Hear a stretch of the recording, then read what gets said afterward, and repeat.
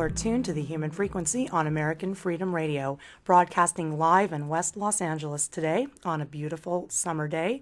We've got very clean, clear air, and it's actually not too hot for August. Clean, clear air. That seems to be in direct contradiction with what we're being told again. Well, there have been a couple of news stories. Actually, there have been a lot of news stories this week on air quality. And what we've been reading is that we're having the worst air quality in years in Los Angeles. I would like to just go ahead and dispel this right now and say the air's been pretty nice. I'm pretty impressed. We came in on the 5 freeway down through Santa Clarita, and we got some photos there a few days ago, and then the next day we got photos overlooking the San Fernando Valley. I gotta say, the smog levels are pretty low, and I actually have never seen it so nice in my life in August. And these are typically two of the most heavily polluted areas in the greater Los Angeles area, if I'm not mistaken. Well, that's true. To see it clear there in August, the middle of summer, is a pretty good sign. And it really makes you wonder that we're being told that the air quality is so bad now. What might be behind this latest piece of disinformation? Well, this is kind of similar to my other story, which is about drought and water shortages. What we've got a fear-mongering campaign that's promoting an idea of global warming, extreme pollution, and unending drought, which is simply not the case.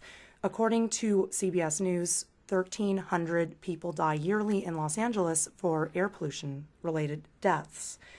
And they did not say where the statistic came from, and they also did not say what was causing the deaths. It was kind of an unclear statistic. Yeah, they it's say kind that, of a very vague air pollution, yeah. and who knows what is under the umbrella of that.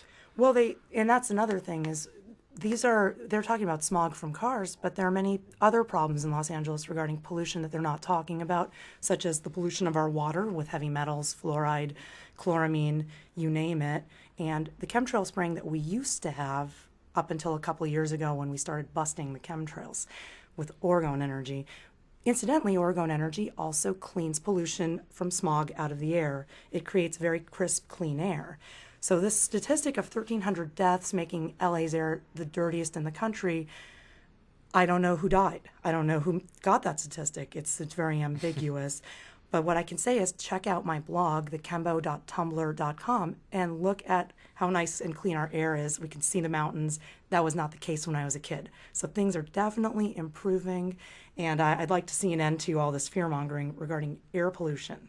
And also, not just the air pollution, but the promotion of scarcity and the need for austerity measures. That's another thing that can be dispelled with just a very simple piece of logic, I think. Well, they are talking a lot about water shortage and the drought. And incidentally, I just read an article the other day, which was originally published in the San Francisco Chronicle. This article was by Peter Gleich, and this is all about water shortage. It says that we're going to be in a water shortage indefinitely, eternally. Peter Gleich works for an organization called the Pacific Institute, which is a globalist think tank for water policy. And what he says in his article here, and he also proposes raising prices in a recent promo video put out by the Pacific Institute, raising water prices on people who are already having a lot of trouble just paying the bills. He says, the problem isn't that we're in a temporary drought. The problem is that we live in a world with all the characteristics of a permanent drought, punctuated, ironically, by extreme floods. As my grandma would say, oi gewalt. Well, the mission of the Pacific Institute, and this is on their website, is they want to become the organizing force behind the United Nations CEO water mandate, which brings global corporations and international organizations together to adopt sustainability practices. He is talking about making a water monopoly owned by corporations. Those are just the people I want to get Exactly. involved with this resource. So there's definitely an agenda here, and I just wanted to tie it together with a recent CFR video. So the Pacific Institute on August 5th released this video that promotes the monopolization and the globalization of a resource which is everyone's right and which we actually have many, many sources of, called primary water. There are aquifers under the earth as far as the eye can see. Well, I mean, if one could see under the earth. But there are many, many sources. I definitely encourage you to look up primary water. And you can also look up Deborah Tavares talking about primary water. So just Google that or start page that. That's Tavares,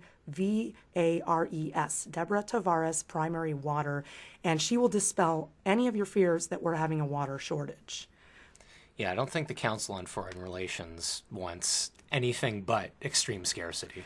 So on August 5th, the Pacific Institute released a video talking about this terrible water problem, and the Council on Foreign Relations, the CFR, which is another globalist think tank for one world government, put out a video with Angelina Jolie and she was the most famous Hollywood member of the CFR, but there were other people, such as representatives of Goldman Sachs, and they put out this video saying the Council on Foreign Relations is going to help us get through this crisis we're in because us humans cannot get along and we can't share the resources of the world. So we need to put it in the hands of these elite, so-called elite corporate So-called heads. is right. Yeah.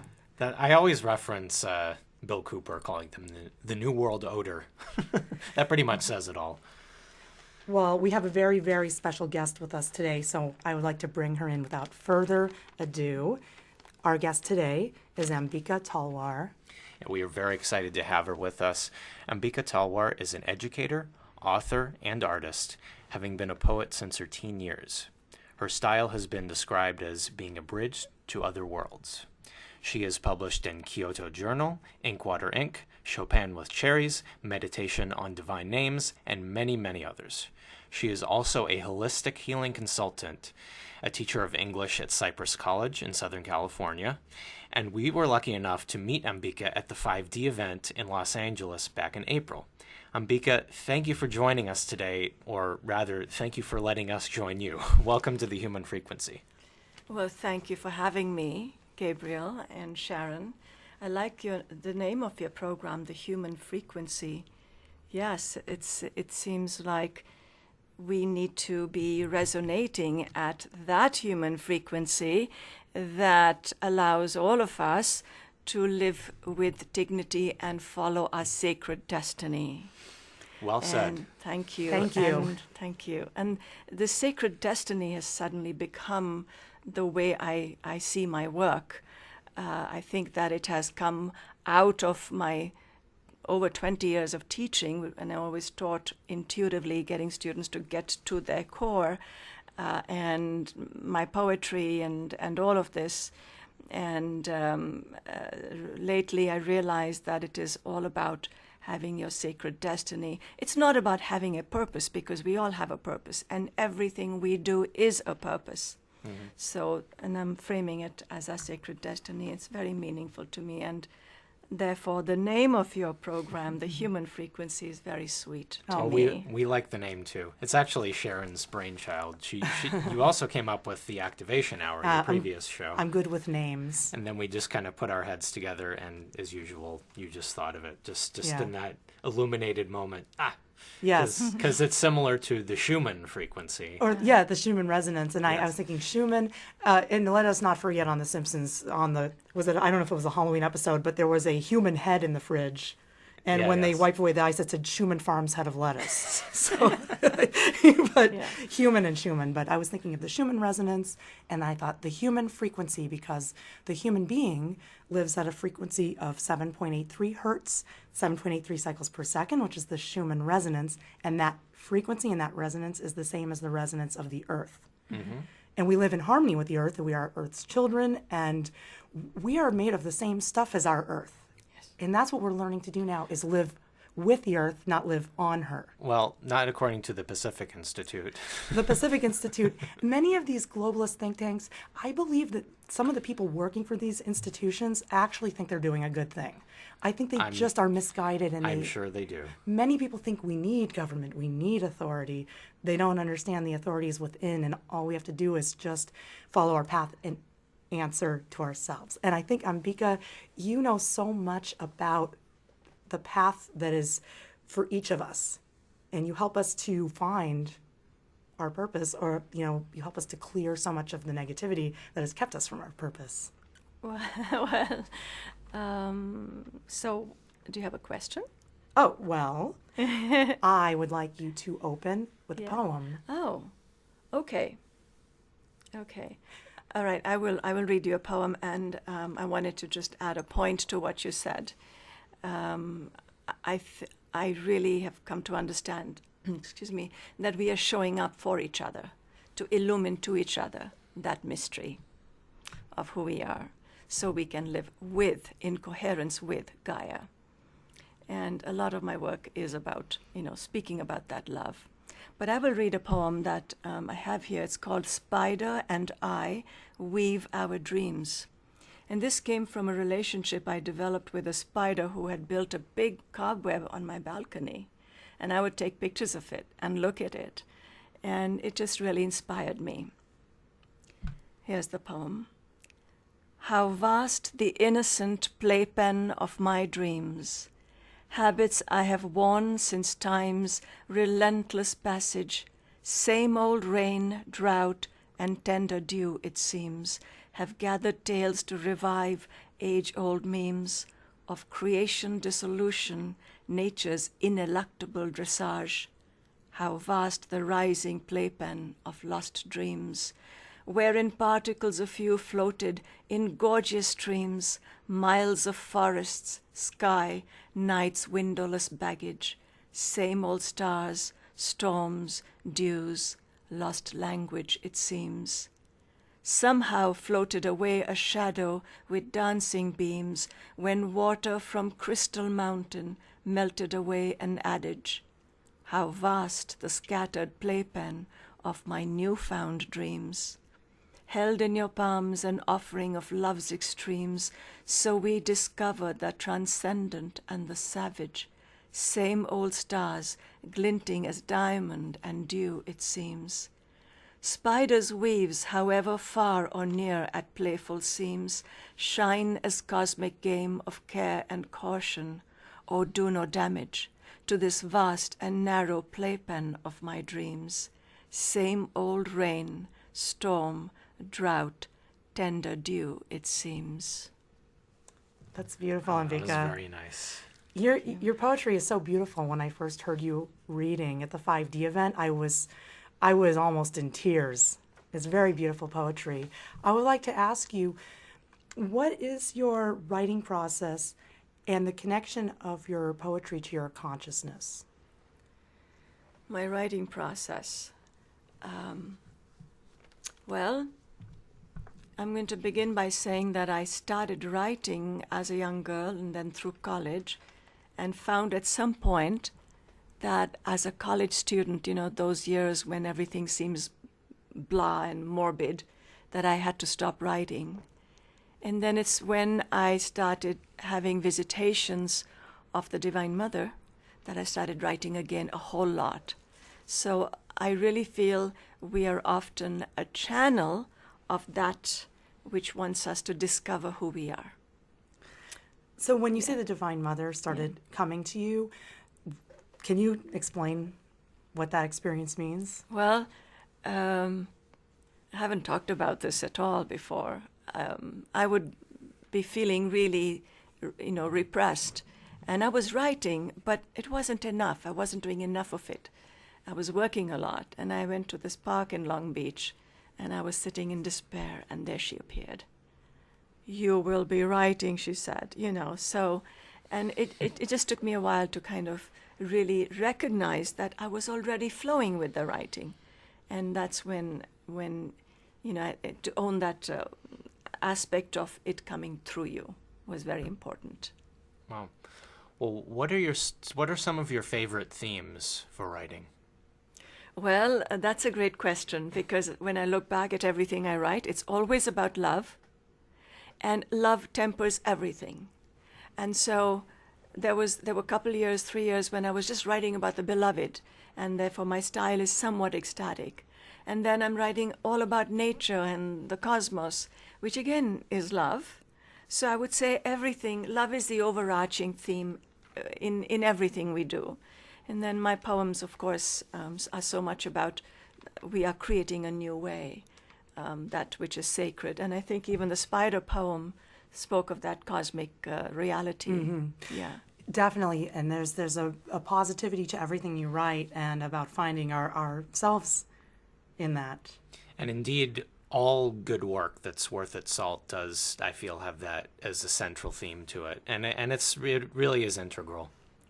Well, love, I mean, love is actually what's curing our world. When we do our gifting with Organite, we're literally spreading the love. That's what it is, because orgone energy is our life force. It's universal consciousness.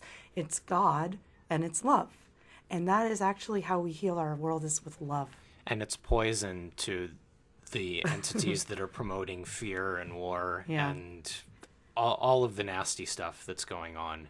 And it's all being averted just with a simple introduction. It's dead simple. Well, we can only hope that they come to the light, and that a lot of people are influenced by negativity in our world, and that's why we spread the love. That's why we make prayers and gift Organite, which is sort of a form of prayer and planetary healing. It's like Reiki for the earth, and the placement of the pieces right where they need to be. Well, it seems like it's so easy in this world to do the wrong thing, but when you take that extra step and you do the right thing, it's so rewarding in so many ways. Yeah, I want to say something to that.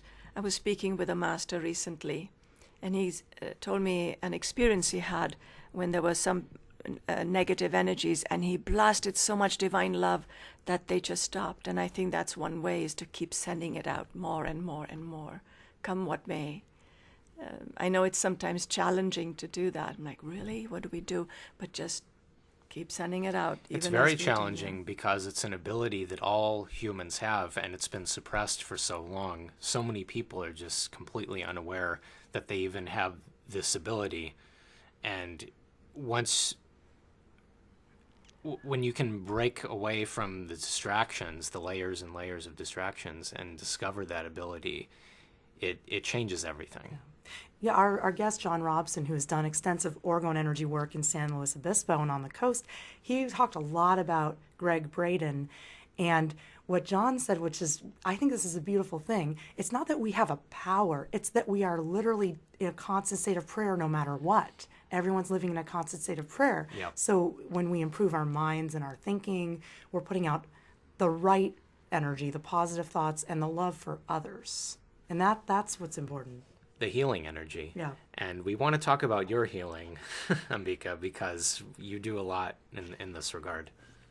Well, I think we should read a few more of your poems, and then let's get into your healing work, because I feel that your writing and your healing work are totally interconnected. Yeah. I mean, we'll talk more about this later, but you did a healing for me, which was life-changing. Okay, right. And we'll talk about it later. But during the week and a half that I was processing that healing, I was reading your poetry along with meditation, and I was reading many different books, but your poems are very, very healing. So I would love for you to spend some more time reading these beautiful poems to us. All right, I'm going to read you this one. It's a little bit long, but a friend of mine who publishes, his name is Ron Starbuck in Houston, he has his own press. He ran this immediately on his website. And he said he particularly liked this because it reminded him of the American poet Carl Sandburg, which made me feel very proud. But here it is. And it was inspired by this photograph of 2 leaves with a drop of water on each of them. And I saw them as cosmic stations where cities are built with power and grace. So these became cities to me. And I call it Unshakable City. I am an ancient city with twists and sinews marking time through dust of nations. There were golden roads with laughter. This is what we remember, that at the edge of our worlds, ridged with pink lavender, like your fingers after the deluge you saved me from, and so many others, you still patted the earth, tenderly wetting with tears, as though the children had had no milk from their mother.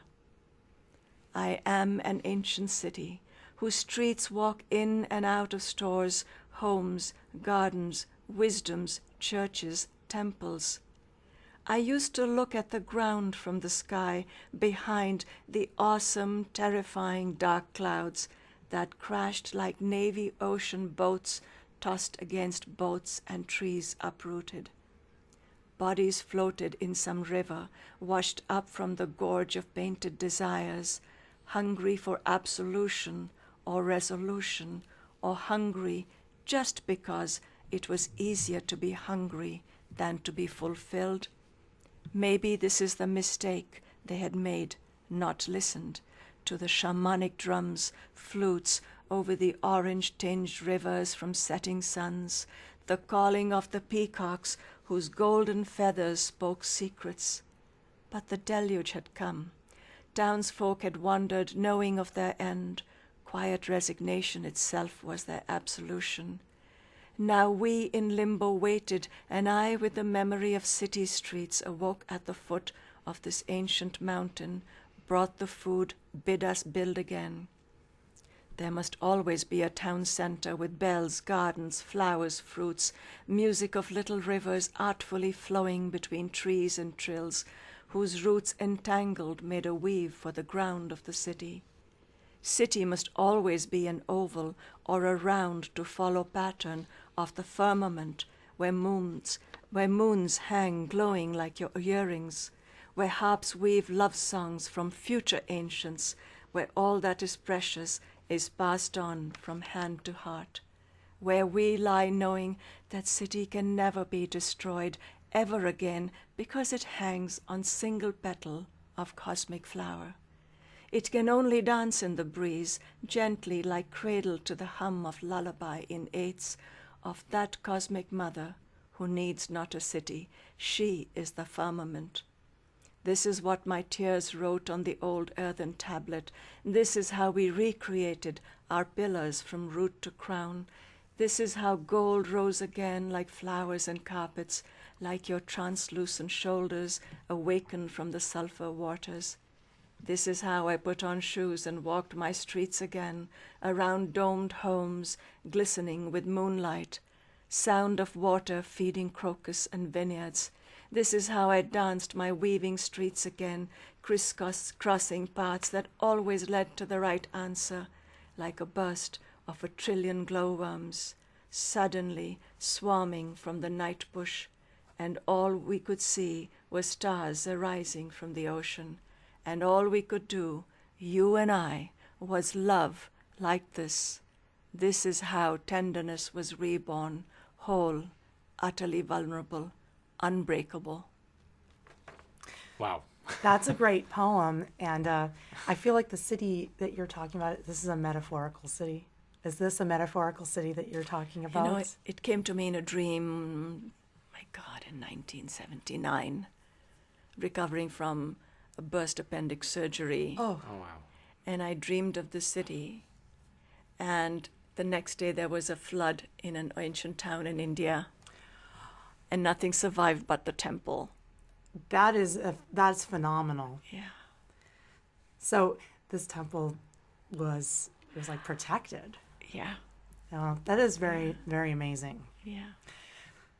So did this whole poem come to you in a dream state, or did the city come to you in a dream state? That whole dream of the deluge and then being at the foot and feeding everybody to build again, Yes. that was in yes. my dream. All the other things came from those 2 petals that I showed you, those 2 leaves. Yeah. That's pretty amazing. Well, I want to talk a little more about your imagery and to understand the meanings behind the poems. I guess that's why we asked about your themes. Does this poem have something to do with how we should be living together in a city, but more of a community? Yes. Could you speak of the community that you dream of? I dream of towns and cities that are smaller, built in certain ways that allow for community to connect and be apart when they need to, with more circles, with lots of gardens, and forested areas. Mm-hmm. We have become so unwell in these tight urban structures that I think it's causing a lot of trauma to people, mm-hmm. and people aren't aware of it. But it's all the psychosis that comes up creates illnesses. So we need that space in our hearts and in our environments to be whole again. I think that's the way a lot of people are moving now. People are moving out of cities more and more and reconnecting with the land, growing food, living in smaller communities. Sometimes I just want to get away from everyone because life in the city is so hectic and you get kind of burnt out. We moved to a place that's very small. We're not away from everyone, but it's a very small town. It's a an good, improvement it's a stepping from stone. Los Angeles, for sure. But I'm seeing what you're saying here is we don't want to isolate ourselves. We want to live in a healthy community Yes. with others, but not the way we're living in Los Angeles. No. So you've seen your neighborhood change. Yes. So how long have you lived in Los Angeles? Oh my God. I've been in Los Angeles as long as I've been in the United States. Okay, you came right Which here. is, I was in Orange County, then I moved here in this apartment about 14, 15 years. Yes, that's a long time. And gone are the small bungalows across me. And we have tight, apartments and lots more cars and leaf blowers and all of this and all of this. And, the more, people just a lot of electric noise. Yes, absolutely. And my body feels it. Yeah, the energetics in Los Angeles are not healthy. I was sitting with Gabriel in a restaurant last night, and I have a smartphone only for traveling. Now I have a smartphone for the first time. I had it on, and I wanted to look something up. I don't know why, but I wanted to look something up, but I don't have internet, so I looked for a Wi-Fi. Sitting in one place in this restaurant, I picked up about 25 Wi-Fis in this one place. And that put in perspective how much energy we're bombarded with. We live in apartment buildings surrounded with all this electricity and wireless frequency. And this is also another reason why our show is called The Human Frequency, is because we're getting back to our frequency. Right. Because these things are interfering. They're incompatible with the human frequency. Exactly. So it's all about getting back to what is compatible and what is organic and natural and what we seem to have forgotten, but I think we're starting to remember again now. So what brought you to California from India? Well, there was a personal situation, and then I came here, and then I stayed and went back to college, and then I started teaching. And so those were some circumstances. And then I enjoyed learning new things and visiting new cities. There are beautiful, beautiful, charming areas and aspects of, different cultures. Mm-hmm. And I also enjoy diverse communities. Yeah. We definitely have that here. Yeah. Since we've been back in LA this week, we've eaten in an Indonesian restaurant, Thai, Indian. We eat many different types of food. There are so many diverse communities in Los Angeles. It's amazing.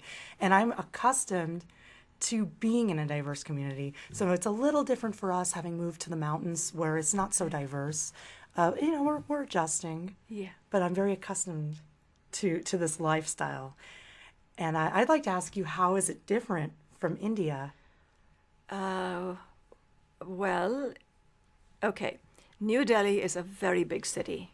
It wasn't like this when I left. I mean, it was big, but not this crowded. Now it's 23 million and spreading and spreading and spreading. I can't even fathom it. Yes. And that's like New York and Los Angeles combined. Something like and that. And then some. Yeah. and there are more people, Yeah. and that itself makes it challenging. Yeah. Because I have this thing about the idea sphere. So we have corruption even in the idea sphere. And sometimes you don't know whose thoughts you're thinking, So, because it's so crowded. Oh, that's so interesting, because you're empathic. So yes. you're picking up on it. Yeah. So for but you... that's here too. It is here. Here I actually am picking up stuff from the wireless frequencies as well. There are thoughts on there. There's strange things being transmitted through wireless. Thoughts that are not your own. Yeah, if you ever have thoughts that are not your own and you're sleeping with a Wi-Fi next to your bed, maybe something's being transmitted. But definitely the empathic person, as you are and I am too, you're going to be picking up on other people's stuff. Well, it's not so distinct because it becomes a soup out there, So if I'm working on somebody, that's a whole different experience because that's very focused, and then we just go and clear it. But it's just crowded everywhere you look. There are people. That's true. Yeah. Yeah, you can't really get away too much. But I love being in the mountains in India. That is just so precious. why is it that mountains, well, I could tell you actually scientifically why mountains are so peaceful, but there's something else I feel. But scientifically, they're so peaceful because the mountain is a transmitter of scalar waves or orgone energy because of its shape. So you have this extremely quiet, peaceful mountaintop atmosphere and healthy air, and it's a very meditative place. But I think it's also about the seclusion, isn't it? Something about being Yes, and I spent about 12 days, 10 days in Uttarakhand this last time. And what's happening is a lot of people are moving there, and a lot of young people will play loud music wherever they go. And so we have lost a certain awareness of what it is to be with other people. It's like here, people stop at the red light and it's loud noise, loud music. Play for yourself. Yeah. So there's a certain kind of awareness that we need to again cultivate. That my music may not be yours. Right. It is kind of bothersome. It's one of the things that I have a pet peeve about LA is, and just about anywhere. Interestingly, where I live now, it's less this way. It may be just because there are fewer cell towers and less phone reception. But here, you could sit in a restaurant for a meal, and the people at the next table will be playing their phone out loud, showing each other videos and laughing. And I think, is this why you went out with your friend, to look at the phone, or did you go out to talk and catch up and have a nice meal together? I agree with you. Yeah. Also, you go to a restaurant to eat, and there's a television. I don't like that. And I can watch it at home. Why am I, why do I have to go out? What is that? Is that all about the distraction that people need because they don't want the quietness of their own thoughts? I have a sense that they become so attuned now to having all this that they can't stay without it. I was at T-Mobile some months ago to pay my bill. So it's an addiction. It becomes an addiction. And I asked this young man, I said, every time I come in, I don't like the kind of music you listen to because it's just not my thing. I might listen to Bach or sitar, but I come in here and it really rankles me. I said, have you ever tried working without having the music? And he looked at me very sweetly. He said, you're right, I should, but I just can't, I'm so used to this, I can't work without. So it's become a nervous, Well, that was a rare moment of candor. A lot of people in that situation would just get angry with you, or maybe even just laugh in your face. But to get that kind of insight, where he's saying, literally, I can't imagine not doing this, just by sheer repetition and routine. That's how I do it. And to think that there's an alternative to that is just outside of the scope. I completely accept grace. And I'm learning that there are many young people who are awake. There are, in fact, I've noticed the younger people are more awake often than the older people. And my blog is very obscure. I'm talking about orgone energy and atmospheric cleaning and consciousness expansion. Most of my followers are in their teens and early 20s. So I'm very excited that the younger people are already prepared for this new reality, where we're more in tune with these frequencies and with each other. It's exciting. Many are, and many are not. That's true. Yeah, and unfortunately, technology is not going to go away, but somebody someday has to say, okay, enough, let's cut it down. I think this has already begun to some degree. We're going to reach a saturation point. I noticed from last month to this month, we come to LA about once a month, sometimes more, but we come back. We're from here, so we're here a lot, but last month to this month, I've noticed a difference. I think people are friendlier and nicer. I noticed the atmosphere was clean and negatively ionized and healthy. For summer in Los Angeles, the clean air is a welcome change. Despite what we're being told. Yeah, the media, but actually saying that's probably why, is because it's so nice that they're trying to defray that. And when it's nice like that, people are happier because it's clean and clear, and the energy is neutralized to all the dangerous energies. I was very pleased with how nice and friendly people were so far on this trip. I've been having a very good time for days. Good. Now, I know that you have many more poems to read, so I don't know if you want to read another poem or. So get cracking. We could talk. We could talk a little about your healing practice, but I think you have many wonderful poems to read. So, where do you want to go? What would you like me to read? Let's do a poem. Okay. A poem. And I know you're saving my favorite poem for the second hour, so we're going to wait on that. Yes. How much time do we have for this hour? We have about 25 minutes or so. 20, Yeah. realistically. Okay. Yeah. So I'm going to read this poem because it's in bits, and it's called Morning Riff Ramble. I definitely ramble in the morning. Yeah, I don't know this- what's this going on was- until I've had my coffee. Yeah, this was one of those mornings when I just saw little snippets, you know? Yeah. And so here it is. Morning Riff Ramble. I see fire eyes walk them into water. Pools are layered with desire. Rainfall, God's tears. One touch makes ripples across the globe. One touch enlivens, one touch destroys. Leaves a forget-me-not, close shut when you touch, even a gentle nudge of fingertip. Surfaces reflect, project, remind, reveal, sometimes nothing, except when they are invisible. Beneath surface, bottomlessness grabs you or makes you buoyant. It sings songs strange to you. Excuse me. It sings songs strange to you unless you shut your ears, then you smile. Then you weep, fill the bowls that will reflect changing sky, where flowers float. If the bowl were a trough, horses would drink from them lovingly. Now birds hop on the walls of bowl, skim the still encircling surface for a draught of patience. Sustenance is this. First, you must learn how to stand in fire, as Sita, who did not burn but revealed her purity, left the home that doubted her. First, you must learn how to dance in fire, transform worlds fearlessly, beyond reprisal, all one. But there is a friend, nameless one, guide, beloved, that won't cast stones but clear the way. Fire is born in water. This is how life generates itself. Metta. Metta. You have a lot of themes of water and fire in your poetry. Yeah, I I have noticed that, too. noticed that theme. Is the water and the fire part of the creation? You're talking about creation. Yeah, I suppose I am talking about creation. So how did the water is so prevalent. Water is very important to us too, Right. in the work we do. Right. Not only are we working to bring moisture and restore rainfall, we use water in recharging our crystals, in programming them to bring snow and rain this winter. It's going to be a doozy this winter. We are going to see, I predict you're going to see something you haven't seen since the 90s this winter. And I predict that the media will continue to lie about it. Oh, well, no doubt. Because whenever things get really... You can't go wrong with my prediction. Well, here's the thing. When things get really good, they're going to say it's terrible because they don't want it to be good. Because what they're doing is they're making us manifest terrible. They're making us manifest drought, heat, global warming, destruction.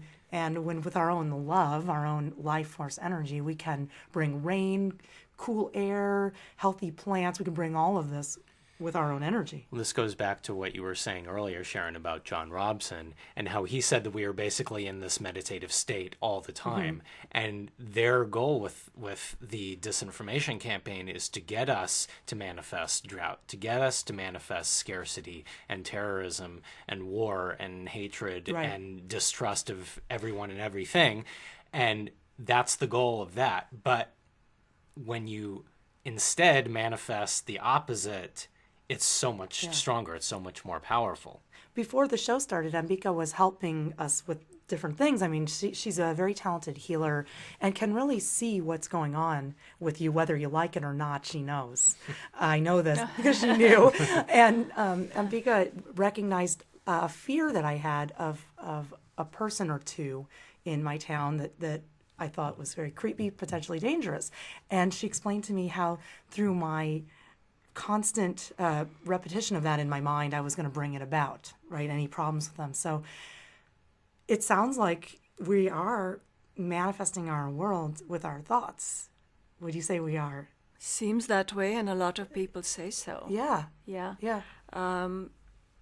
So, at least on a local level. Yeah. Yeah.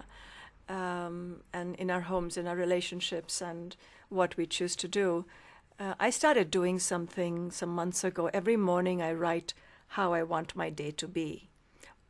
more specifically, what virtue I want to live with and express on that day and want to see manifest.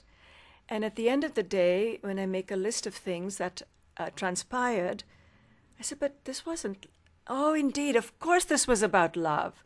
It's how we perceive things. Sometimes you feel an action of, somebody, the way somebody treats you is not about love, but it is. And how it changes you here, if it opens you here, suddenly you realize it really was. So that has been really wonderful in guiding me to keep equanimity as much as I can. Equanimity is what we work on. That is what I learned in the Buddhist practice, was to learn equanimity for all creatures. Yeah, that term comes up a lot. Yeah. Wow. It's really a beautiful idea, because we're in my meditation practice, the equanimity meant that you would look at a cockroach the same way you would look at a beautiful bird, right, or a person that you love, or a person that you don't like. Well, you're learning not to feel that way. You're learning to have the same feeling towards everyone. It's very challenging for people, though. Yeah. It is challenging because it takes us time to understand that we don't have to be triggered by everything. If somebody hurts us, we carry that hurt, and that something else that may seem like it triggers that hurt, and then we create a situation that doesn't have to be created. So we must clear the triggers from past lives, present lives, future lives, triggers that bring us to that make us unwell. Mm-hmm. So, and if we suppress things, we get sick. But if we also, stick it out all the time, we can get sick. So how do we come to balance? That would be the way to come to wholeness. Yeah. Well, we see that so many people say things and do things without much, if any, thought to the broader implications of them, and that's that's the cause of a lot of these issues that are going on. So, well, my question is, are all injuries and traumas in the body ultimately energetic? That's all right. I'm not sure if I can answer that as a yes or no, but in as much as everything is energy, then in that sense, yes. And what we then would do is tune in, see where the problem is, because we get to, we see the pictures, and then reprogram it with something else. Ultimately, we want to come to this. This is what I was telling you, the midpoint. Mm-hmm. So you want to, find this midpoint. It's an imaginary line, and transfer, instead of reacting, send it to the midpoint.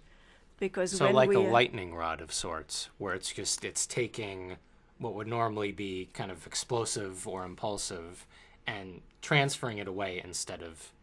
Just put it in the midline. And did I say midpoint earlier? Midline. And so you take it away from being from something making you react. And then when you are in that place of being neutral, you can see things more clearly. And you can choose a different response rather than a reaction.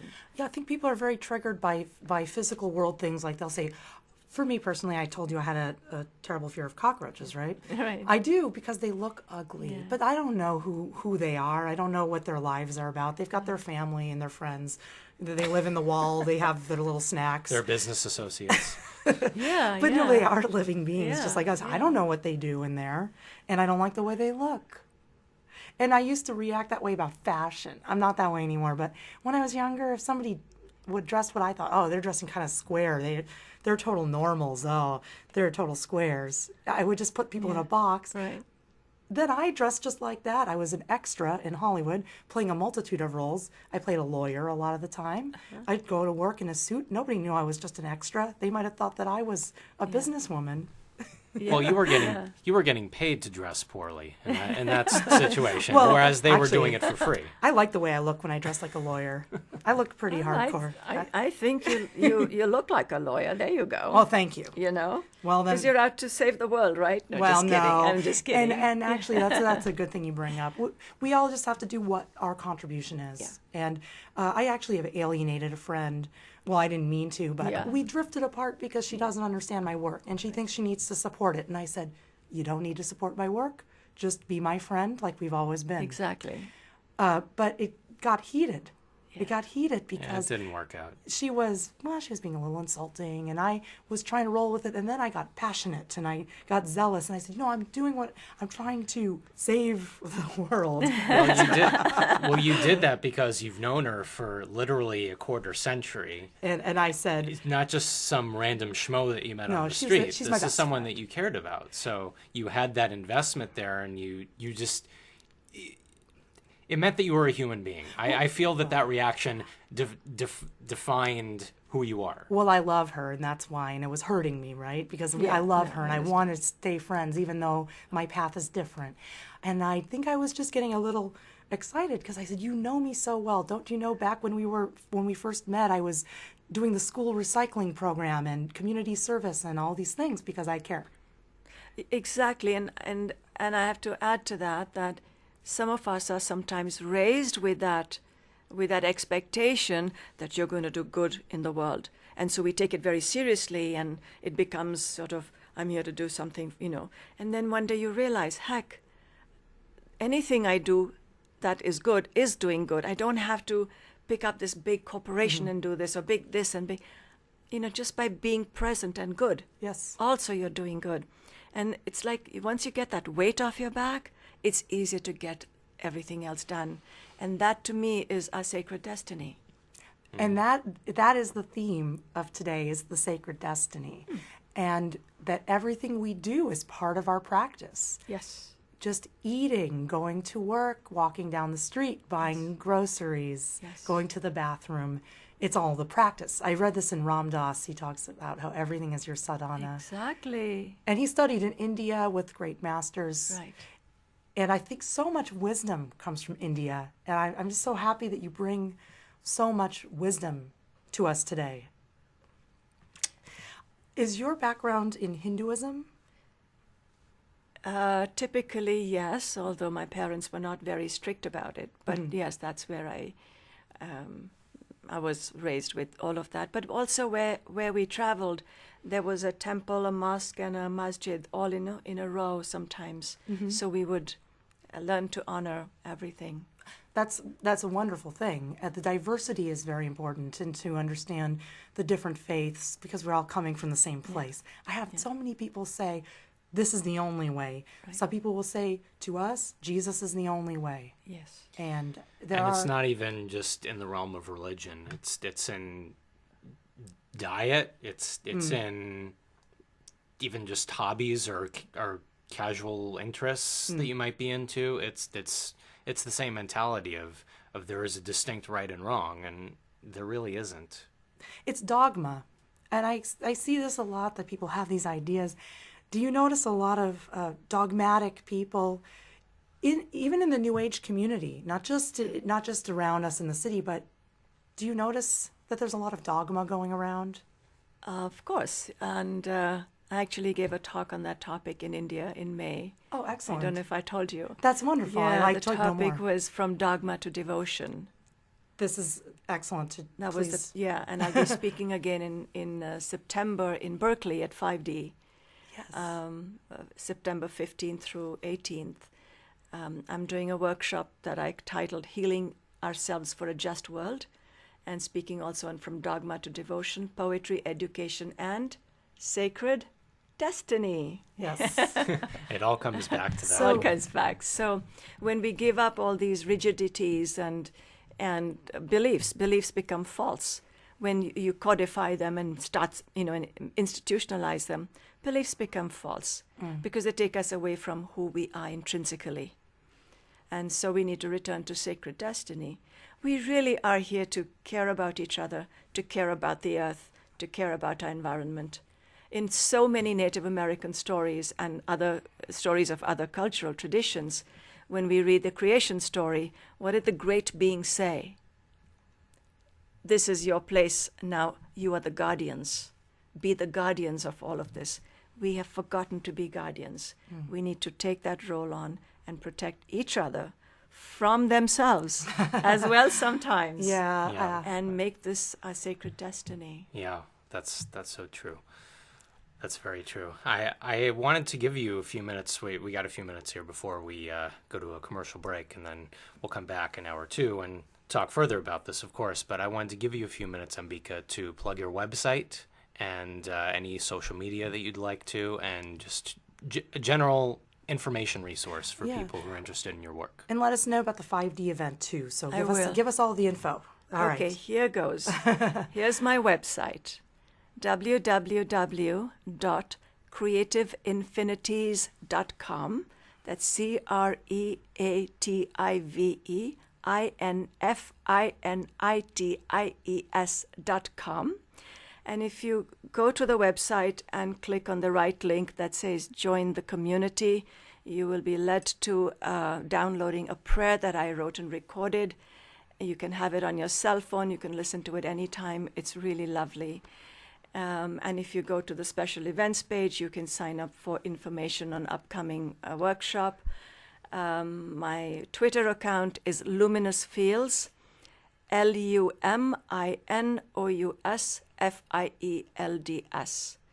And my email address is luminousfields@gmail.com. I'd love to share with you. Thank you. Wonderful. Well, you belong in a spelling bee, that's for sure. So you're going to be speaking at the 5D event in Berkeley. This is the first 5D event up north.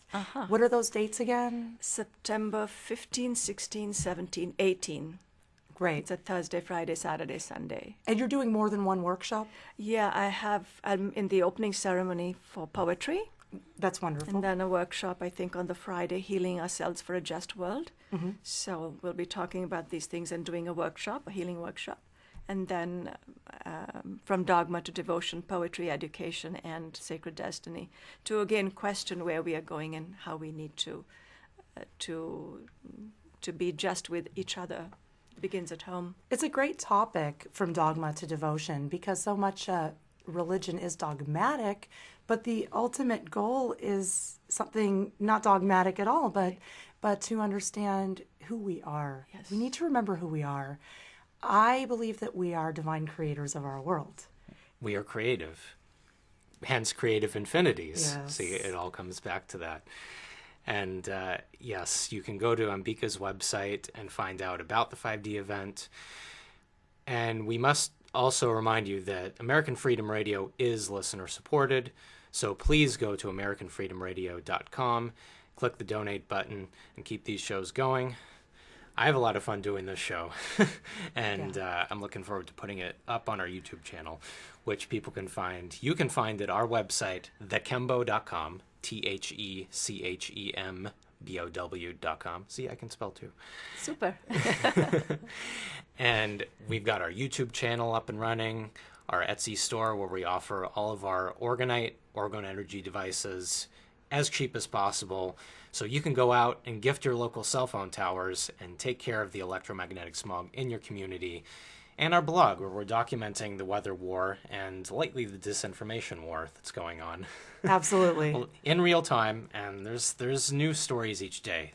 We're learning more and more each day about this. This is a very deep rabbit hole, and a very interesting rabbit hole too. So there's a lot to learn out there, and yeah, from dogma To devotion? Yes, comes devotion. So it's a wonderful thing you're doing, and we're going to talk a lot more about this in hour two. And Sharon, anything else you want to add? Oh, I just wanted to add, definitely visit my blog. I think that a lot of people are coming to thechembo.com, which is great. Definitely check out the Tumblr blog. And if you are on Tumblr, please follow, because I am posting every day. And it's a very interesting world that I am documenting, because we can literally see the consciousness of the planet through what's going on in the atmosphere. So it's not just a weather blog, it's more. We're talking about increasing consciousness. You're listening to The Human Frequency on American Freedom Radio. Please join us in hour two for more with Ambika Talwar.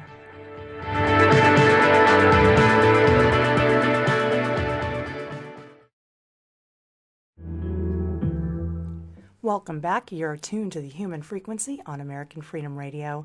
We are broadcasting from West Los Angeles today with our friend Ambika Talwar.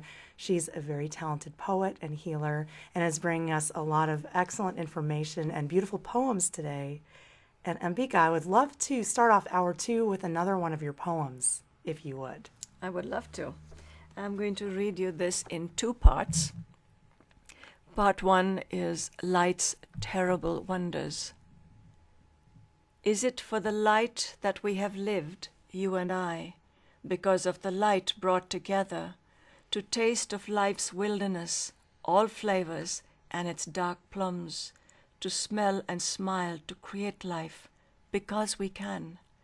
Is it for the light that we were born, you and I, because of our wilderness brought together, to taste the subtleties of our mind's heart?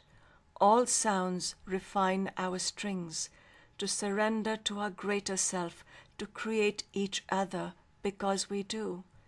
Is it from the light that we arrived, you and I, because of shadows to cleanse brought together, to taste of our divine matrix, such terrible wonders to await our longing, to become our true, because we are? When you look into my eyes, will you look for me or for you or for both? Part 2, The Melting Gaze. When you gaze into my eyes, do you look for me or for you or for both? Does your smile enfold us? Do you hold me still, silent, as I gather my scattered molecules from a wild and hungry spaces, glaciers, rivers, deserts, homes, suns settling into darkening waves? Where is the light?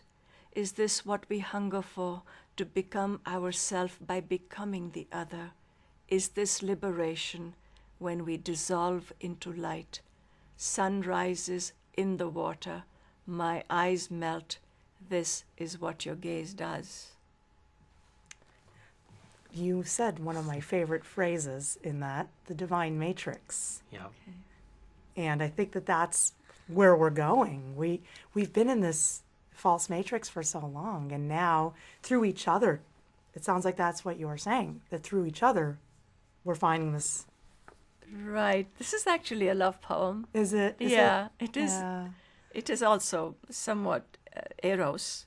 Yes. Yeah. Okay. Yeah, the merging, looking into each other's eyes. Yes. And what do you see when you look into my eyes?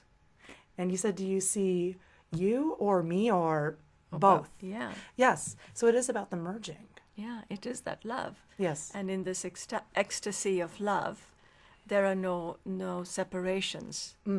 No boundaries. Yeah. I really enjoy your earth imagery in your poetry. When I see the images that you present, I'm literally flying over the whole earth and seeing the earth as a whole. I've taken to deserts, glaciers. Oh, yeah. You take us everywhere. So I like this. I've seen themes. I Right, like the themes and the right. imagery in your poems. Thank you. Yeah, I'm very interested in earth formations Yes. and the natural qualities of our earth. Yes. And there's been a lot of destruction of this and terraforming, changing the earth, both by human and I also believe a non-human influence. There are many changes to our earth that are out of balance. Does your poetry speak at all of that natural balance? And can you also elaborate on how we get back to that? How do we get back to a whole and beautiful self? Well, one, we don't need to consume as much as we do. That's for sure. We don't need as much manufacture as we do.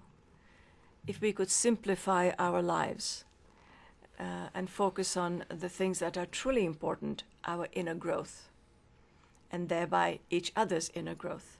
And cosmic lila. Lila is a Sanskrit word. It means play. And by play, I don't mean only that which is frivolous, but play is a very important part of our awakening. And just sitting with texts and messages, that takes us out of play. It puts us in our head. But there are so many things of a similar ilk to the whole texting smartphone thing. There's so many things that are designed to take us away from that. So, Sharon, you make a very important point of How do we get, that Yeah. is the question. Yeah, How do we yeah. get back to it? And it's not just a situation where we've forgotten, but that we've taken into our lives things that just remove us more and more and take us further and further away from that point. So it's not just a question of realizing something, but it's also getting past layer after layer of these obstacles. Well, actually, interestingly, we are also getting a lot of that old information through the media now. That's true. You know, some social media, if people started to make apps based on those old great mythologies, somebody might be doing it. So it'll reach out to those people who don't have access to other ways. So, you know, Yes. it's both a curse and a blessing. That's true. As the many aw- things are. Yeah, Yeah. and the awakening is happening. I'm finding good news every day, something or the other. I know, And I there's love great it. news every day. And Yeah. it's so funny when you look at the LA Times, or if you do, I do a Google News search, okay? Yeah. I just was on a friend's show. I was on UBN with Truth Be Told with Tony Sweet and Dean Ryan, and they wanted me to read some news stories. And so I said, well, let's check out the headlines. And I looked it up, and all the mainstream news was death, destruction, violence. And then I played you that Bill Hicks clip from probably circa 25 years ago, I'd have to guess, where he's saying the same thing. You know, I turned the TV on, war, death, destruction, famine, AIDS, depression, recession, war. And then I look out my window, and then he whistles the little cricket sound. yeah, and then he's like, where is all this stuff happening? Because things are Ted getting- Turner's making this up. yeah, things are getting better No, every day. things are, but also we are in what is known as Kali Yuga. Okay, when we look at the theory of ages from the Indian aspect of the theory of ages, and it's not 100 years or 1,000 years; it is 23,000 years.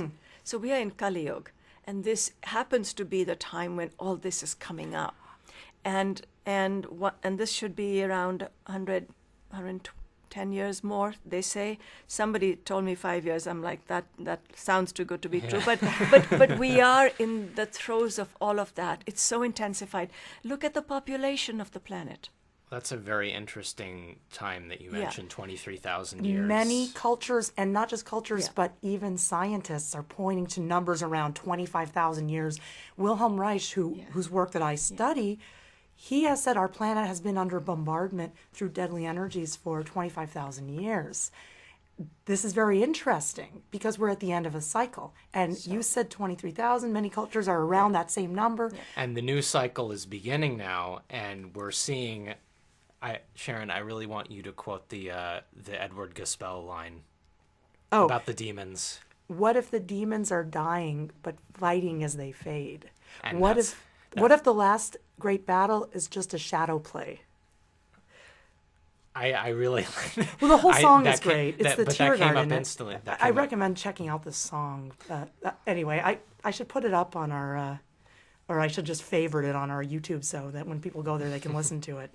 Well, that's, again, it all ties together because we're seeing one era coming to an end and the other starting, and the old is just, it's clinging so desperately to the scraps of what's left. It's fighting to hang on. It knows that its days are numbered, but it's just, in sort of a stubborn, almost childlike way, just, it knows that the transition is inevitable. It can't be stopped, but it's just making it more difficult than it has to be. I've also come to a place where I can accept that all of it can coexist. I Because actually it am seeing is, it that way now. yeah. We're getting beyond duality. When we see it that way, Yes. it becomes easier, and that is when things can start to change. Otherwise, we always create that, us, them, they don't know, we know. And soon as we do that, we create a deeper rift. Yes, because we're thinking about it that way as black and white. And I think we're getting to a point beyond duality. This is where I've gotten to, which I'm feeling so much better these days because I think a lot of this can be thought of metaphorically. You don't have to think about actual parasites and demons that are doing this. The demons are within. And when we can transform our own minds, we can transform our lives. Yeah. So And that goes back to the manifesting that we do naturally. in regarding saving the planet. Yeah. We are actually just saving ourselves and doing the best we can for our loved ones. And it's energetic, it's about love. I've realized that I cannot take everyone with me. I can just do the best I can to improve conditions while I'm here and understand that the world will always be in the state of disarray because it is created by delusions. So it is our delusions that have created this chaotic, screwed up world with all this war and famine and destruction. Once we clear it from ourselves, then things change. So equanimity here. Mm-hmm. Yeah, Internally. right here. Internally. And then not searching for an external answer or solution. Because look at it this way. Does love ever get messy? Certainly. Okay. Yeah. So, it's all... Probably in more ways than one. So there you go. Thank you, Gabe. So, Sorry, you walked right into it. So you see, it's one and the same, and yet not. And yet it's different. So, yeah, definitely. Yeah. So if we start walking with this energy of love and human kindness, will we have a different day? Can we smile at somebody just because? That's a great thing to do. When you smile at someone just because, your whole day changes. You can improve your entire day by smiling at a stranger on the street. Trust me, I've done this. Yeah. It's a wonderful exercise and it's easy to do. You're walking down the street, there's people everywhere. You walk past someone, they're looking up, they're not looking at their phone for a minute. Give them a smile. Their day transforms and so does yours. Yes. Yes. Absolutely. And always, greet a worker on the street. They really get paid attention to in that way. Yes. Well, when I find someone who isn't looking at their phone, I'll let you know. Well, and again, that's the distraction that is being done to take us away. Yeah. But here's the thing, there's the personal responsibility. So instead of saying they're doing this, they're giving us these phones. No, you bought that phone. You took it into your house and into your life. Now that you know that it can be distracting, keep that in mind and make some guidelines for yourself. But that's a tough one. Ambika, how do you advise? You're very good with advice. You can see what's going on with people. How would you advise someone in a basic way, some first steps they can do towards this sort of peace and calm? Well, what we did today was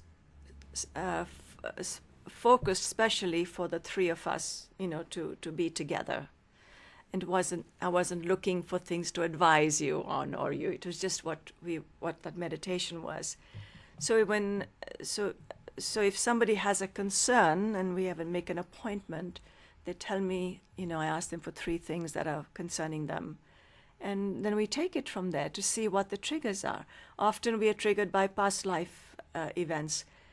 Let's say, for example, somebody doesn't believe in past life theories. No problem. We still have stories. So there is something, the story, the lineage. You may have a certain habit which may have come from a great-grandmother, and so and it may not be doing you so much good. So we clear habits, patterns, reactions, responses that are not keeping us where we wanting to walk or the way we wish to. So again, bring it back to neutral, clear it, and think of a new way. So you have a healing practice that you do, and do you do all your sessions in person? Do you do some sessions remotely? Oh, I can work remotely as well, sometimes more easily. Oh, okay. Yeah. I've heard that too from another healer, our friend who reads the Akashic Records. She said that it's great to do it remotely because you're in your own space, in your own comfort zone, right? And so... Yeah, and afterwards some people just need time to decompress, just to be alone and work things out, figure things out further. Yeah. And it can be slightly impeding if there's other people around. It's just to give people the option of further sorting things out, because the clearing takes place after the session is over too. See, that's why I wrote on my website, with you wherever you are. Ah, I can be with you anywhere. So I can be working on you on Skype or phone or whatever. It's just a delight to have that possibility. well, I can say from personal experience that Ambika is extremely talented and is able to see things that would amaze you. And I'm a witness. See, I had a condition in my throat, and if it weren't for Ambika, I wouldn't be here right now on the radio. I went through everything. I mean, I went as far as having surgery on my throat to remove a cyst, and Gabriel kept telling me, you know, the cyst is a symptom of something deeper. And I knew that because I had been having throat problems for 20 years. Bad problems, like my voice would go out completely. And by the time I met Ambika at the 5D event, I was a speaker. I managed to do my talk, but I couldn't be on the closing panel because I completely lost the voice by the last day. And I had other people helping me with healing, but ultimately the work that you did with me was what finally brought me out of it. And I was very distraught because I had had a surgery. It was a big deal for me to do that and expensive. And then I was perfect for about 6 months after the surgery. I felt great. My voice was beautiful. And then all of a sudden it went back. I lost it again. I couldn't believe it. So I was very distraught. And then that's when I knew that it was not a cause, that it was just the result of something. And I kept thinking, oh no, the cyst grew back. I was very devastated. By the time I met you, I was in a bad way. And then you pulled me aside after other people had done some work. Right. You said, let's talk about this. Yeah. And interestingly enough, in meditation, I had done some work to try to find the root cause, and I thought of what it was. But then I thought, oh, that's crazy. That's so different than this. It's from a different part of the body, a trauma of the past. You mentioned that very trauma in the first moments we talked. How did you see it? This is my question to you is, how can you see what's behind the pain? You were spot on because I saw the same thing and I thought I was crazy, and then you said you saw the same thing. How do you see it? I think it's partly having practiced this for so long, being empathic, being intuitive. I call my work intuition energetics, and I studied with the Chinese grandmaster, Kam Yuen, and also with other masters around that. And interestingly, when I met both of you at 5D in April in Los Angeles, Gabriel would come and chat and talk about, the work you do. And when I went to the table and met with you, I knew something was off, and then you went for a healing. I'm like, okay. And I just kept quiet. I know. It was the throat. And then I had heard you speak anyway. You'd made a presentation in the big hall. Yes. And then at the closing, and then I saw you work with somebody else and somebody else. I said, all right. And then at the closing, you wanted my poem. You liked the poem. You came up and mentioned that to me. And I said, I want your book. That's the most beautiful poem Right. I've ever heard. Right. And then when you sat outside, then somebody came up and said something about you not being well. And I just tuned in Yeah. and felt I had to come to you. And that's how I came. And I said, I know that we haven't really talked, but would you like to? But okay. So that's how we started. And whatever came through, I shared with you. And that's how it started to unwind and come away. Well, it was very amazing to me because you pinpointed it. And then the healing happened afterwards. I went home and I was silent for a week and a half. And I feel a little guilty because I may have blown out American Freedom Radio's mixing board because I lost my voice. may have. I may have blown out the mixing board. On the plus side, according to Danny Romero, our network producer, the new mixer is even better. And it's great sound. So I'm sorry about blowing out the mixing board, and thank you all who donated to get the new mixing board. But right after I lost my voice completely, I thought to myself, I really need a break. I can't do my show. Then I opened my Skype, and Danny had mentioned that the mixing board was blown out and we were off the air until further notice. And so I knew I had a week off. And I did actually have a week and a half of silence, meditation, and processing the healing. And it was the day before we went back on the air that my voice returned completely normal for the first time in 20 years. Wow, that's Da-da-da. amazing. Yeah. So I do Yeah. owe a great debt of gratitude to you, Ambika, for bringing it back. I must have done something too in those that week, 10 days. I don't know how I processed it, but I had it in my mind that I was going to heal. I was going to process what you brought me through, and I was going to heal. So Well, I'm so happy it worked. I'm really, really happy. And a few days later, after that day, I thought about both of you. I said, I wish I'd let them know to call me if something comes up, because I knew it was going to have, And you were right. And Gabriel called Yeah. me. So There was one day where I had emotional difficulty, yeah. and I got through that, and then I emerged much better off. But I think the problem for many people is processing old traumas. It's very hard to deal with. It was hard enough when it happened, and then when you have to revisit it, it's very difficult. But once you get through it, then you're better than before.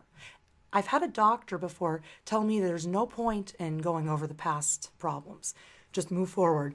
But is that true, or is it helpful to revisit? Yeah, is that going to just sort of bottle things up and they come out at a time and place that may not be of your choosing? No, well, it's like this. You could have something have happened sometime in the past, or even in another lifetime, or to your parent or some relative, and it seems to be manifesting in you.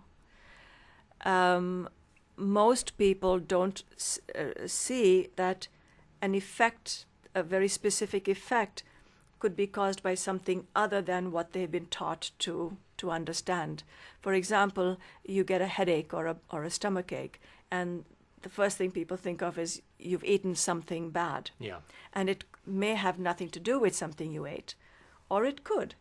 So we look at all of those, and whatever shows up as the weakness is how we track it. And some people come back, I think I ate something. It was a chicken I ate, actually, It was a piece of lettuce. I didn't have any lettuce. Oh, yes, there was a piece of lettuce in the sandwich, and it had been old, so we program ourselves to think in certain... They make that assumption, and right away that severely limits the path of solutions right off the bat. And right there, they've created an association that is false. But they believe it. So is that false association a block to healing? Yes, because they're not getting to the truth. So the old statement, the truth shall set you free? Ah. Yeah. Yeah. So what we do in this work is to get to the truth, because once we get there, then the other aspects, the other irritants are cleared.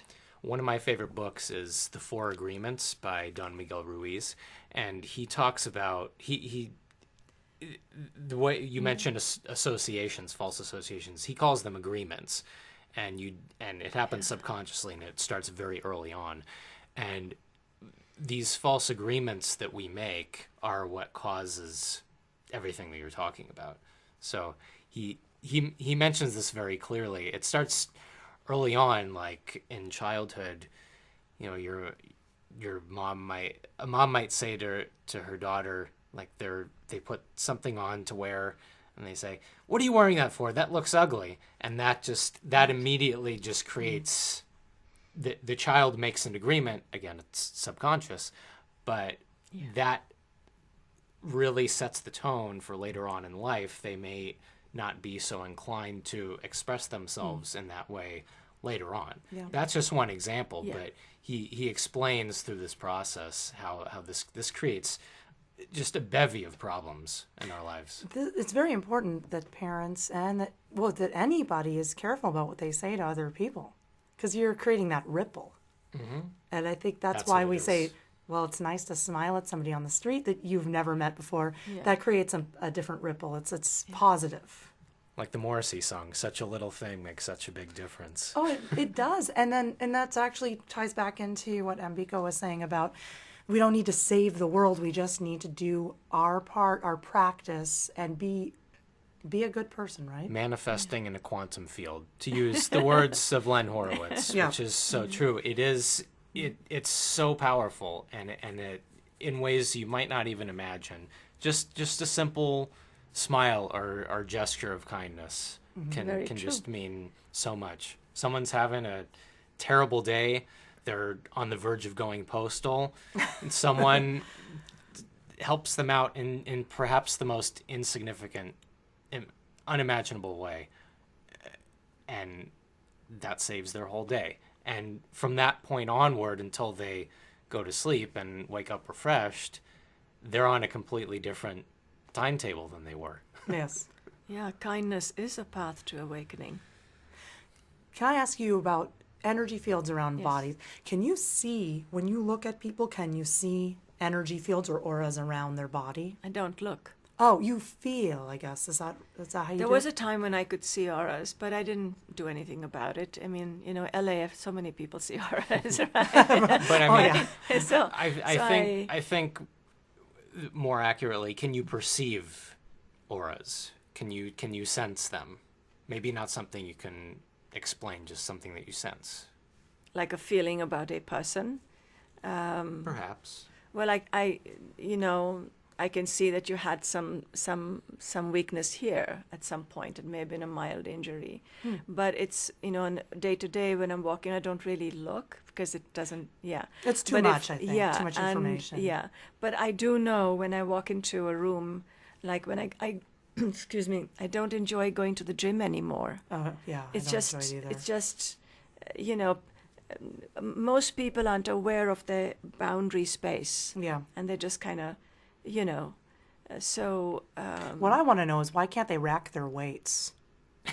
I mean, That's a good one. I can't ever find the weights I need. Yeah, that's a good Just one. put them back where the number is. It's 10 pounds. Put it where it says Yeah. 10 pounds. Well, maybe the smartphones have gotten so bad with, with people's heads No. that they can't read the This numbers is anymore. even about 15 years ago. No, it was no, the no. same problem at the gym. Just They get just don't lazy. think. So much for Just that. get lazy. Yeah, yeah. Good old So- laziness.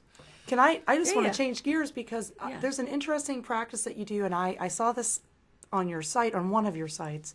You work with horses. And Oh. I saw this beautiful picture of you with a horse, a white horse with a little pink flower my God, in her yeah. hair, and I can assume her, and she looked very happy. I love horses, and our last guest, Jillian, also works with horses. So what is your work with horses involved? I have a love for horses. That was Silver, who is with Sarah Fancy. She used to be in Topanga, and she used to do a workshop called Dancing with a Horse. Oh. So typically, she wanted, we would decorate and Silver's used to it. Silver is a dance horse. You cannot ride him; he will not ride. Oh, it's a he. Yeah, he was Silver is a so he. cute with Yeah, his yeah. pink He's a flower. gorgeous young, actually older Arab. She's now in Warner Springs, so it's hard to go there more as often. So I'm working with Katie Nelligan and her horse Lindsay, and Esther Bernstein and her horses. So I went on a trail ride last Saturday. We just took Lindsay and Kaylee for a ride, and it was lovely. So I just love being with horses. I'm also working on horses now. Just intuitively know what's going on and clear it. Same thing So that you we can do heal with I'm working horses. on horses too. Oh, that's beautiful. Yeah, and I would like to develop this more and more because it's such a beautiful, it's so beautiful to be close to a horse. I know there is Yeah. something there. They're such wonderful animals, and I don't know what it is. I spent a lot of time with horses in my younger years, and I had a bond with a horse when I was 15. There was a horse that I rode and cared for, and it was just a deal I had to take care of the horse in exchange for riding. I never even met the owner. My trainer, when I was studying English riding, practicing English riding, just set it all up for me, and this old horse was named Moses. Yeah. He was about 28 years old. He's very, very old, like Yeah. about as old as a horse gets. And, they thought he was such an old horse, so he can't do much. He had so much energy. When I would spend time with him and ride, he had a lot of energy. Right. Is there a bond, a special bond with the human and the horse? There is. Horses are here to instruct us. Instead, so many have been abused. Oh.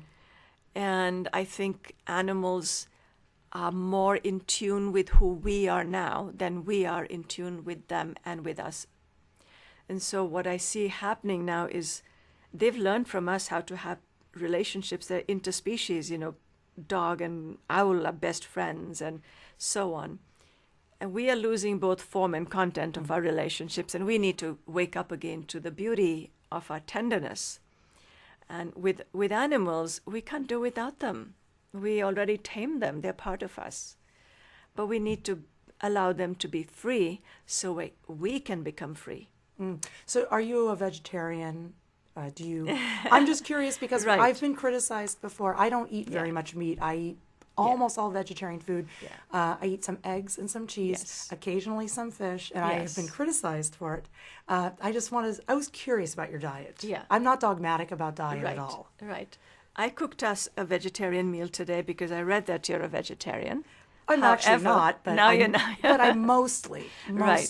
Not strict. She eats beef and pork. Yeah, that's Yeah. not true. Okay, so I have gone back and forth, but I was vegetarian for a long time, but I can't digest some lentils, so I don't get any protein. Lentils can be really harsh. And it's very common Indian staple, Yeah. you know.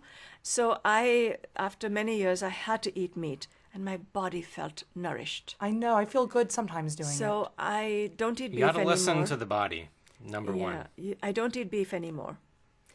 But when I can, I eat a small portion of lamb or fish, and I don't need it every day. But I just did a 40-day meditation, which required us to be vegetarian, but eggs were allowed. So there was a little limitation, and then I had some fish a few days ago, 2 days in a row. That felt good. I feel more grounded. Sometimes so you for need me, we that. are all part of the food chain. Exactly. Plants scream. Plants I've also heard them. scream. I've Yes. heard them. Yeah. Plants are not Or I've without. sensed it. I started freaking out because I was feeling the pain of these plants. There is a book called Primary Perception Yeah. by Cleve Backstreet. He used to be in San Diego, and he had this. He had this plant he worked with for years and years, testing. And the next room, a thought, I'm going to light a flame to this leaf, the plant would react, because everything was set up. So they are as much feeling, sensing beings. That's what Gabriel tells me. Yeah. He tells me about this. So- Just because you can't necessarily hear a carrot when you dig it out of the ground doesn't mean that nothing's Aw. Yeah. happening. That's it's just a lot more. Sorry, I didn't mean. it makes I me didn't mean sad. to be so poignant. It but- makes me sad. But what I'm saying is, the suffering of animals is a little bit more overt. Yeah. So we naturally just assume that it begins and ends there. I'm not trying to advocate one thing or another here. Sharon and I have virtually the same diet. I will eat eggs and cheese fairly infrequently, fish even less frequently, chicken even more infrequently than that. I think you eat maybe the teeniest bit more meat than me, but mostly vegetarian. I'll have beef once a year. Yeah. I had some Corned fish beef the other sandwich. night. I have to Yeah. at a Jewish deli. It's a requirement. I can't do that anymore, but I haven't eaten beef since 1999. But you know what? I don't judge anybody for what they eat. Correct. And I don't judge myself either, Right. because I was a very strict vegan, and I was judgmental of myself for even thinking about pizza, which is ridiculous. And then I had an acupuncturist suggest to me, because I was so exhausted all the time, that I start eating a little meat. And it helped me. I went back and I did what she said, and my energy improved because I was so weak from not having that protein. Right. Yeah. And to this day, it helps you from time to time I need it to sometimes. get that extra little boost that you just can't seem to get from eating a more strict vegetarian diet. Right. Well, do you have any poems about food? Actually, I didn't save any poems about food. I do, but I don't have it That's here. okay. Yeah, Damn. Yeah, Let's do but- another poem Yeah. because we have, we're getting towards the half of our second hour, and I want to make Right. sure that you do a little more poetry because I really enjoy listening, and I know everybody enjoys your poetry. Well, Did you have thank something you. else I you wanted to enjoy- share? I have 3, but I don't know if we have time for 3 poems. Well, let's start with eventually. I want to make sure you read my favorite poem. So let's read that Can we do first. that now? Yes. Okay. And of course, this poem is calling for the rise again of mother-centered communities, because there was greater harmony and diversity was natural.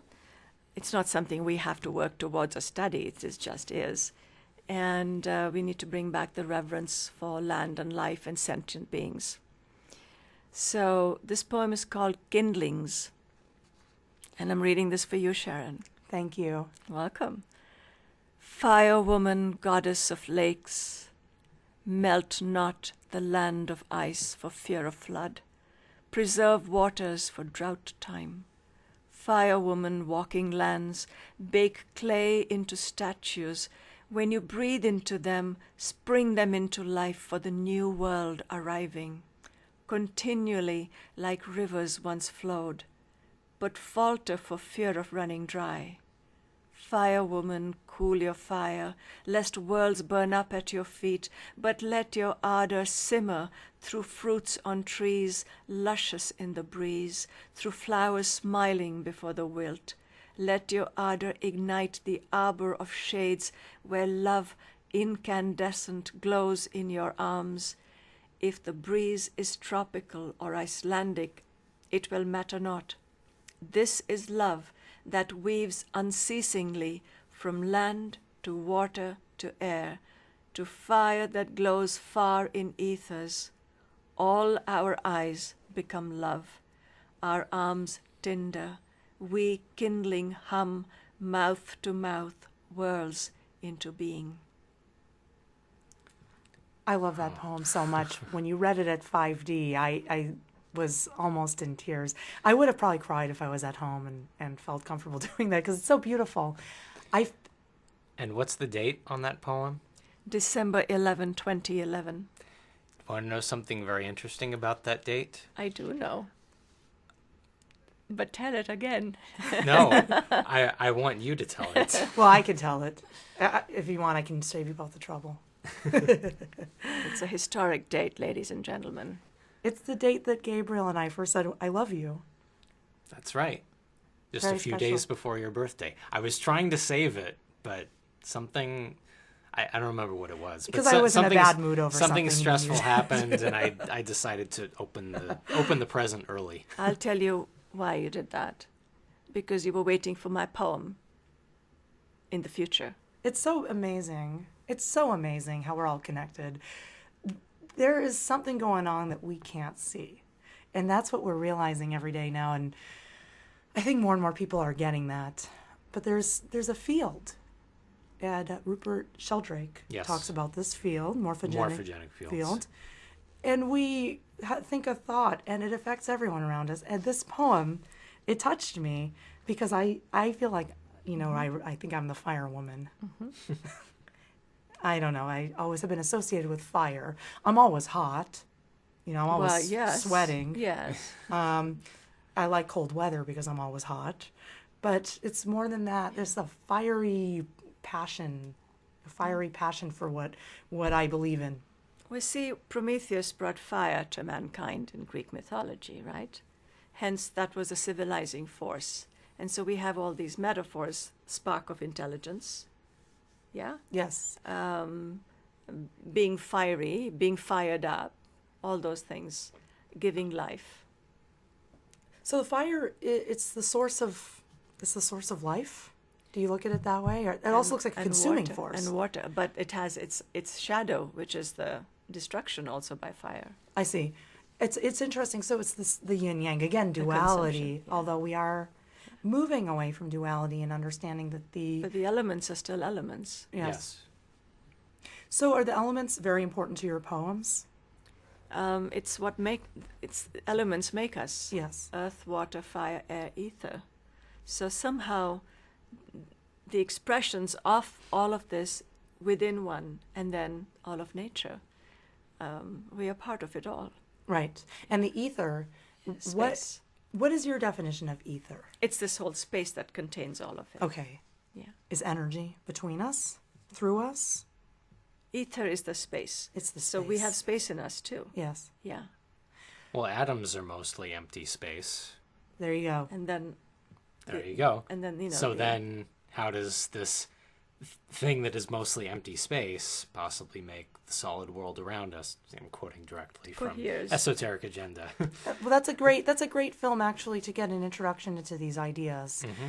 And I know we watched that film when we were first together, and it's very influential. Do you know the film Esoteric Agenda? I don't remember, but I'll suggest another film to you. Okay. Mind Walk. I saw that in high school. I love that film. I was bored out of my skull. I know, but I was 14. I know.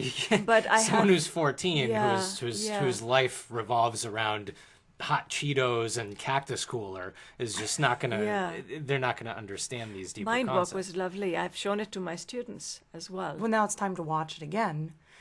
And you're teaching English, but you're Yes. teaching other things as well, aren't you? Teaching poetry? I did teach creative writing, but I stick to the basic English classes now. I have taught film 3 semesters, specialty courses we rotate. So I've taught film, I've taught children's lit, I've taught intro to lit.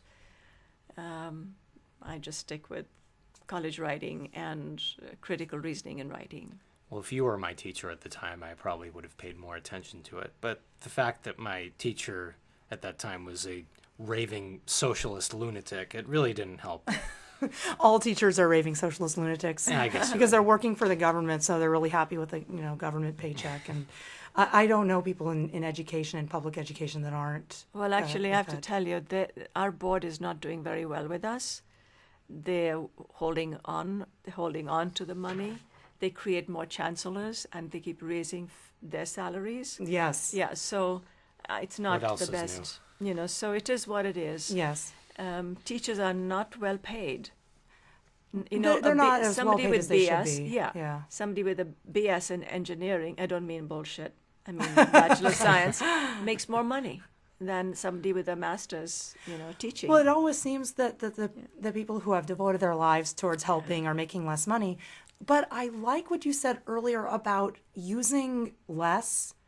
And I personally want less every day. So in the work we do, we discuss a lot about Agenda 21 and these ideas about the elite who have hijacked the green agenda and are Quote, telling unquote, telling elite. us what we can use. But the fact of the matter is, and I've said this before, the way around Agenda 21 is for us to learn what we really want. And if we don't want what they're taking away, they haven't done anything to us. So for me personally, I already conserve energy and water. I am very non-materialistic. I don't buy very much, just what I need. I eat what I need. And I'm not being judgmental and saying do what I do. But if we evaluate what it is we really need, we will learn the true ways of living in harmony with the earth, not what the globalists are telling us to do because we can't take care of ourselves. We can take care of ourselves. Yes, we can take care nothing of could our be earth. further from the truth when they say anything about how to live or what the right way is. But we don't need everything we're using. And I think that's a big key towards being happier in life is to want less. Yes, Simplicity. Simplicity. Ambika, you Simplicity. mentioned earlier about consuming less. Yes. Yes. And that's right. I mean, it's not No. something to be enforced No, at no. gunpoint, but No. it is, lead by example. We always talk about this. We are taught, some people are taught to eat too much. And typically, if you hold your hands like this is the size of your stomach. Do you know how much people eat? I eat a lot more than that. But that's, at a time. yeah. Yeah. So, and then there are people who don't have much at all. So there is a tendency, especially here, to serve large portions, to, you know how it is. Mm-hmm. And then people end up eating more. And this doesn't happen only here, it happens everywhere.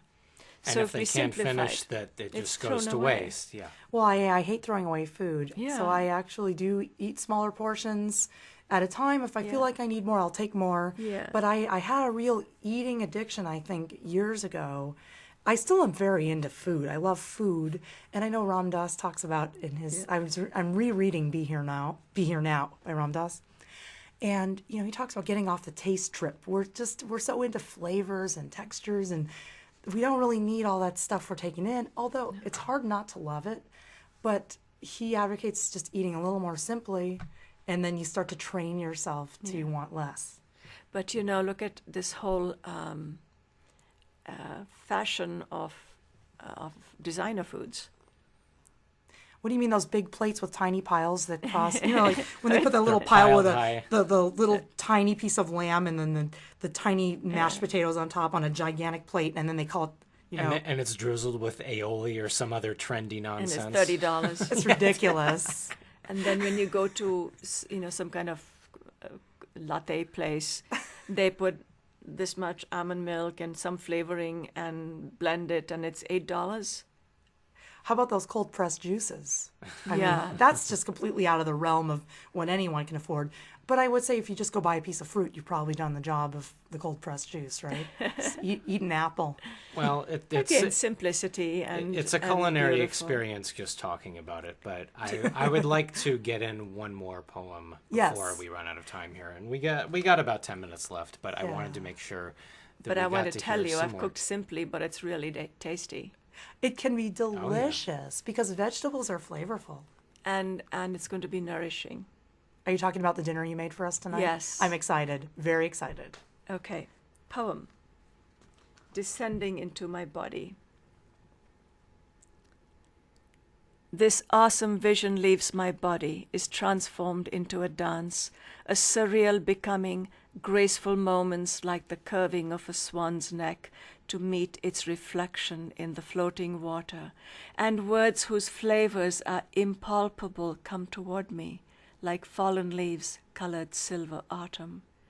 They say things to me, but I catch their reflection only, the essence caught in cavities of my heart, whose echoes sing melodies, meanings slip between my breasts into my open palms against my belly.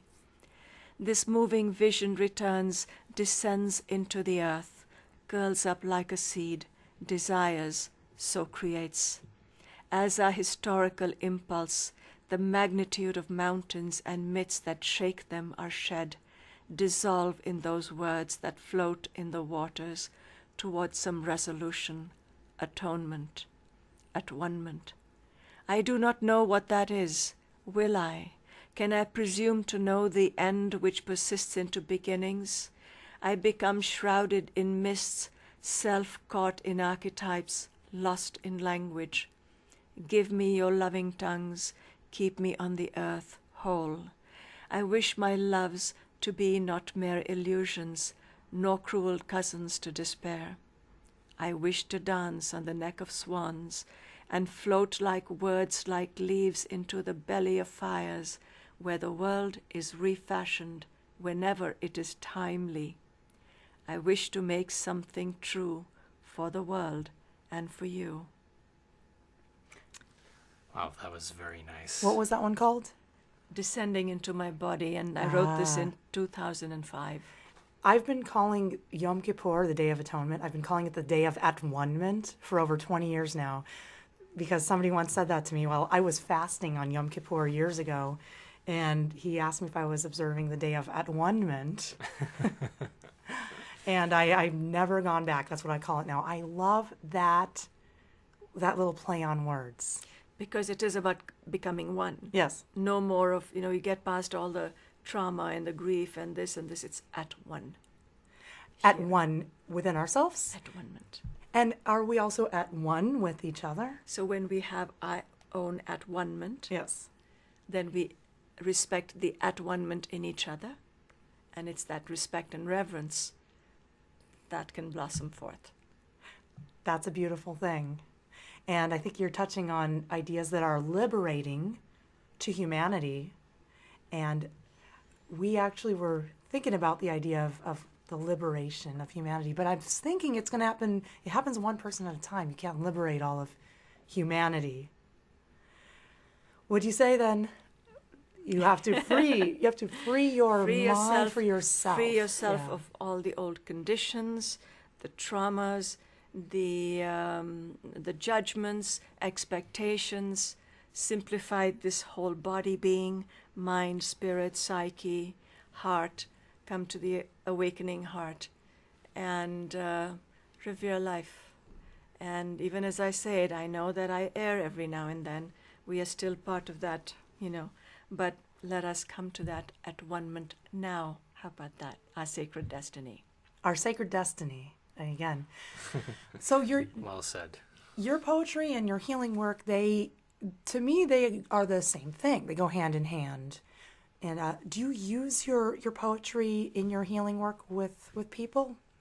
I have sometimes experienced that when I read, it has that effect. So yes, because in this poem I talk about language use. So yeah, it's how we use language that also restructures the body, because it's the grammar of the body that is being invited to awaken. This really ties in with Masaru Emoto's work, where he would say a word to the water that was freezing, and the ice crystals would be different depending on what type of word was said, if it was love or hate or... Yeah, when seen under a microscope, it would show different patterns depending on what was said. And a pleasant thing like Yes. I love you or peace, etc., would have that crystalline formation, whereas something like I hate you or I will kill you or anything, along those lines would show a very ugly looking disorganized shape. So It's the sacred frequency. it is. It is, and the solution all at the same time. Wow. Simplicity, purity. I feel very good right now. Yeah. The show has been wonderful, and I want to give you a chance to, we got a few minutes left. Please give your website one more time. and events coming up. So www.creativeinfinities.com. Please check the join the community link on the right side, find a prayer for you, and then hear more from me when we get started with the next newsletter. Twitter account Luminous Fields, all spelled correctly. Email address luminousfields@gmail.com, all spelled correctly. And do come to the 5D events in Berkeley, September 15th through 18th, 2016. The website is 5devents.com.